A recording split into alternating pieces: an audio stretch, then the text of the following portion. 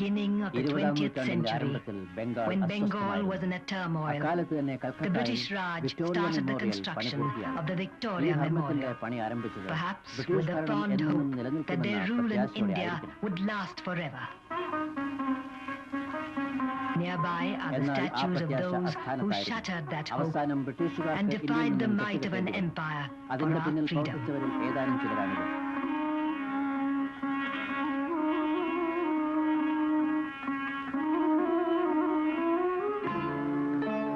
സ്വാതന്ത്ര്യ സമരം മൂന്നാം ഘട്ടം സ്വരാജ് സ്വദേശി പ്രസ്ഥാനങ്ങൾ. In July 1905, in the name of so-called better administration, Lord Curzon announced the partition of Bengal. In fact, it was aimed at dividing the people of Bengal, in particular the Hindus and the Muslims. There was widespread resentment. Tens of thousands of people gathered at the town hall of Calcutta to register their protest. In the name of the people of Bengal, a counter-proclamation was issued which said, "We as a people shall do everything in our power to counteract the evil effects of the dismemberment of our province and to maintain the integrity of our race. So help us God." The 1905 session of the Congress at Banaras under Gopal Krishna Gokhale protested against the partition and demanded its annulment. Gokhale said, "Devotion to the motherland, which is enshrined in Swadeshi, is an influence so profound that its very thought thrills, and its actual touch lifts one out of oneself." The motto of the Congress is that India should be governed in the interest of Indians themselves.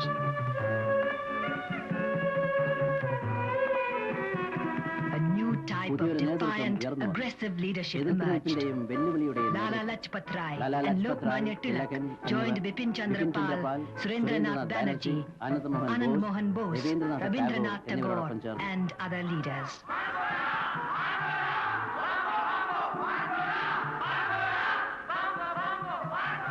At Kali Ghat Temple in Calcutta, thousands prayed for the reunification of Bengal and took a pledge not to buy foreign goods but use only Swadeshi.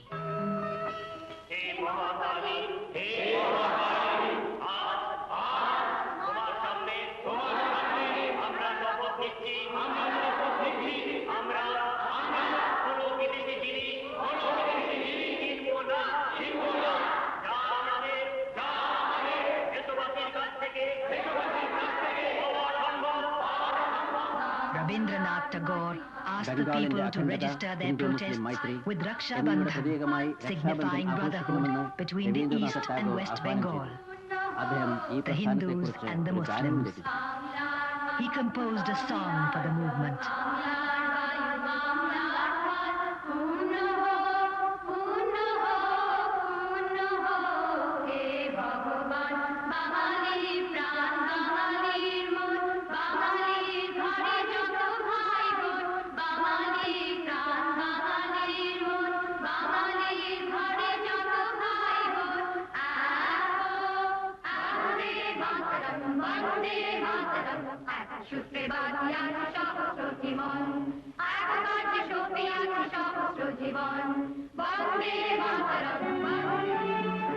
Through the columns of New India, Bipin Chandra Pal preached the ideals of swaraj to be achieved through self-help and sacrifice. Aurobindo Ghosh returned to Calcutta and started the daily Jugantar. He also worked for the English daily Vande Mataram of Bipin Pal. The revolutionary organizations Anusilan Samiti and Jugantar Group preached open defiance. The younger brother of Aurobindo, Barindra Ghosh, and his associates started manufacturing bombs at this site in Maniktola, a suburb of Calcutta. when Chief Presidency Magistrate Kingsford ordered the severe flogging of some young men for small offences, Prafulla Chaki and Khudiram Bose threw a bomb at what they considered to be the carriage of Mr. Kingsford and killed one Mrs. Kennedy and her daughter. Chaki killed himself. Khudiram Bose was arrested. After a brief trial, he paid the supreme price. He was only 16. After unearthing the bomb factory at Maniktola, Aurobindo Ghosh was arrested and charged with inciting the crime. During the trial at Alipore, the prosecutor and the deputy superintendent of police were shot dead. Defending Aurobindo Ghosh, Chittaranjan Das said, he will be looked upon as a poet of patriotism, a poet of nationalism, and a lover of humanity. 15 persons were found guilty. 2 were sentenced to death, but later sent for life imprisonment. In Maharashtra, the followers of Veer Savarkar in Abhinav Bharat killed a British magistrate for applying double standards in the administration of justice to Europeans and Indians. Veer Savarkar, who was in London, was arrested and after a trial transported to the cellular jail in the Andamans.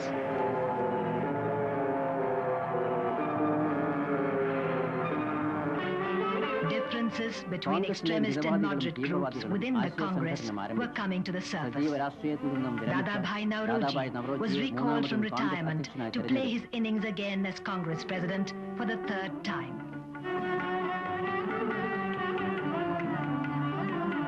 The 1906 session of the Congress was held at Calcutta. Dadabhai Nauroji, the grand old man of India, helped to bring about unity in the Congress ranks. At the instance of Tilak, the ultimate goal of the Congress was declared to be self-government and swaraj. The Congress demanded reversal of the partition of Bengal, passed resolutions giving full support for Swadeshi, for self-government, and asked the people to take up national education. Slogans of Swadeshi rent the air. There were bonfires of foreign clothes.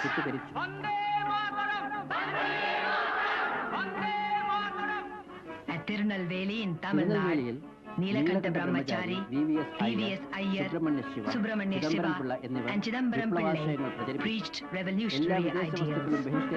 Chidambaram Pillai asked the people to boycott everything foreign and assured them that in 3 months they would attain freedom. Gopal Krishna Gokhale and Lala Lajpat Rai visited England to protest against the partition of Bengal. On his return to India, Lala Lajpat Rai participated in the Swadeshi movement and declared, "I am Swadeshi." He led a peasants' agitation in Punjab against the increase in land revenue and irrigation water rates. Lajpat Rai and Sardar Ajit Singh were arrested and deported to Mandalay in Burma. Around this time, in South Africa, Mohandas Karamchand Gandhi was experimenting with his new weapon of satyagraha, the sole force to fight injustice. The Transvaal government passed a law requiring Indians to register themselves, give their thumb impressions, and carry cards, a highly discriminatory treatment. Gandhi said, "I would rather die than submit to this law, which is meant to humiliate the Indians." He led a successful non-violent campaign against the Transvaal government.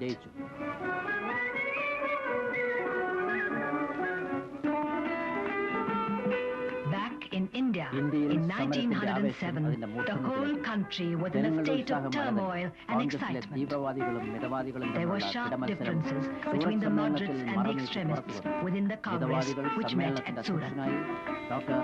The moderates proposed Dr. Raj Bihari Ghosh for presidentship. The extremists opposed it. The resolution of the extremists, led by Tilak on boycott, swadeshi and national education, was opposed by the moderates. Tilak wanted Congress to have control over administrative machinery and said, I want to have the key of my own house and not merely one stranger turned out. Self-government is my goal. The extremists walked out, and the Congress session adjourned amidst confusion. At the time of the anti-partition agitation in Bengal, the British administration influenced Muslim leaders to break away from the Congress.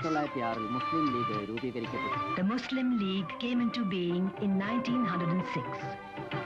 The Aga Khan led a deputation to the Viceroy Lord Minto to seek a separate electorate for the Muslims. It was the first step in the policy of divide and rule, which was to have far-reaching repercussions in India's cultural and political life. Meanwhile, in Europe, Madame Bhikaji Kama had come under the influence of Dada Bhai Nauroji and joined the freedom struggle.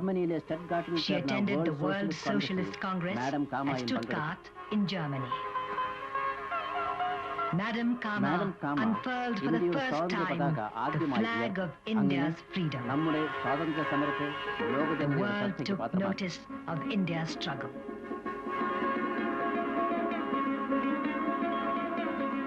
In 1908, for writing 2 articles on the country's misfortunes, Tilak faced the charge of bringing into contempt the established law.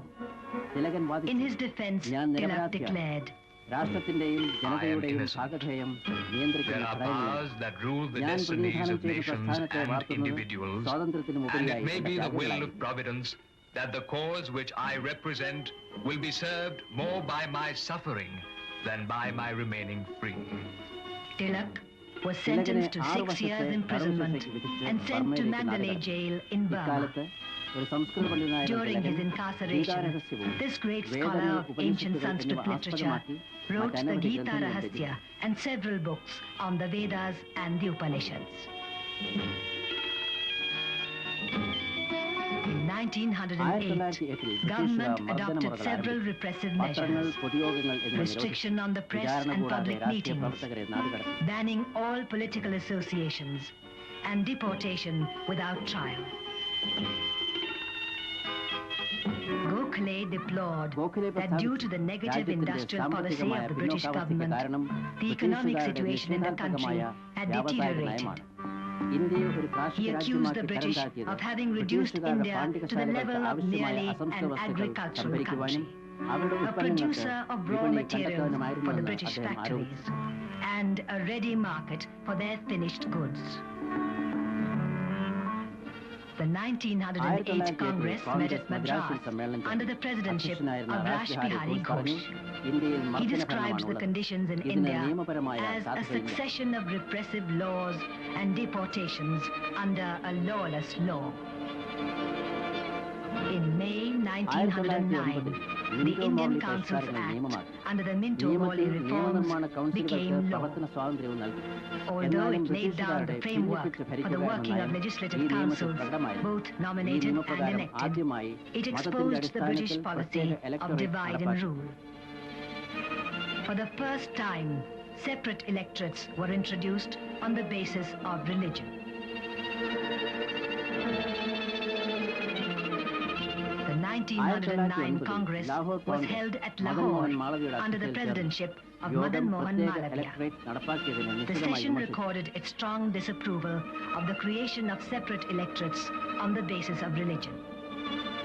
Moving the resolution, Surendranath Banerjee said, There is widespread dissatisfaction throughout the country for reasons of unjust, invidious, and humiliating distinctions made between Muslim and non-Muslim subjects. 1911, King George V holds a darbar in Delhi. Toadies of the Raj, Indian princes and zamindars, whose ancestors had supported the British in suppressing India's fight for freedom in 1857, paid their respects to the King Emperor. The partition of Bengal was annulled. The capital of India was transferred from Calcutta to Delhi.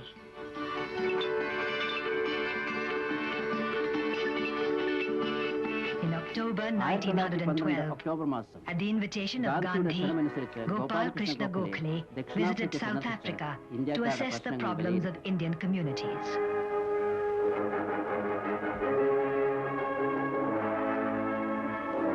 Gokhale was impressed by Gandhi's selflessness. In turn, Gandhi started calling Gokhale his political guru. Gokhale said, Gandhi has in him the marvelous spiritual power to turn ordinary men around him into heroes and martyrs. On December 23, 1912, Viceroy Harding was making a formal entry into Delhi, the new capital of India. When the procession was passing through Chandni Chowk, a bomb was thrown at the Viceroy. Lord Harding suffered serious injuries. The 1912 Congress was held at Bankipur under the presidency of R.L. Mudgulkar, a 23-year-old barrister from Allahabad. Jawaharlal Nehru attended as a delegate. Gokhale gave an account of the hardship of Indians in South Africa.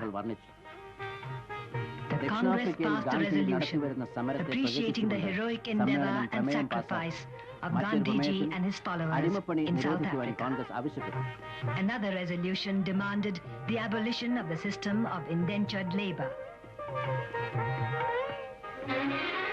In America, Lala Hardayal and others started the Ghadar Party to influence American public opinion in the name of liberty and equality for the people of India.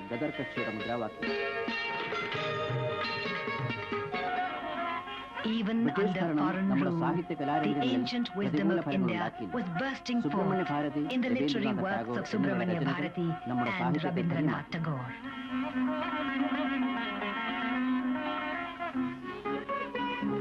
Gurudev Tagore was awarded the 1913 Nobel Prize for Literature. Hindu and Muslim leaders were working for unity. The Karachi Congress of 1913 was held under the presidency of Nawab Syed Muhammad Bahadur. The session appreciated the Muslim League resolution on self-government.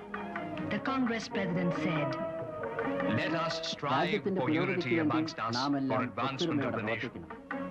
We must not lose a minute to take advantage of the tide of national unity. That tide, by God's grace, will sweep away the unnatural and artificial barrier of race, color, and religion. War broke out in Europe in August 1914. Tens of thousands of Indian soldiers joined the battle in the Middle East and Western Europe.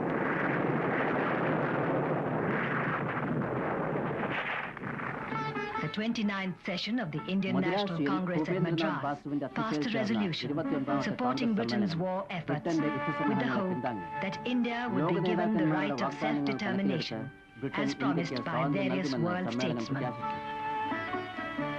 And then came Gandhi, who was to lead us to freedom. As Jawaharlal Nehru said, he did not descend from above. He seemed to emerge from the millions of India. He was like a powerful current of fresh air, teaching us fearlessness and truth.